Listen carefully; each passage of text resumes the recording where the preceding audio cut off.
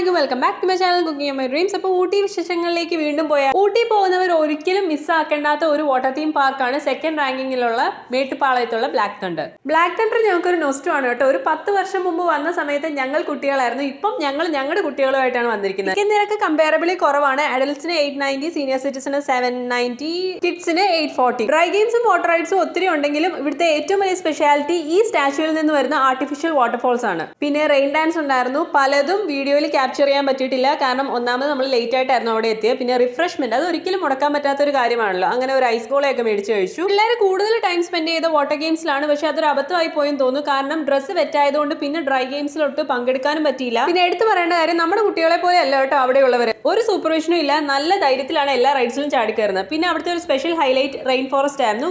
കുറേയേറെ ഏരിയ അവർ naturally preserve ചെയ്ത് വെച്ചിട്ടുണ്ടായിരുന്നു. കുറച്ച് വൈൽഡ് ലൈഫും ചെറിയ പ്ലേ ഏരിയയും ബോട്ടിങ്ങും ഒക്കെ ഉണ്ടായിരുന്നു. അത്രേ ഉള്ളൂ. Thank you for watching.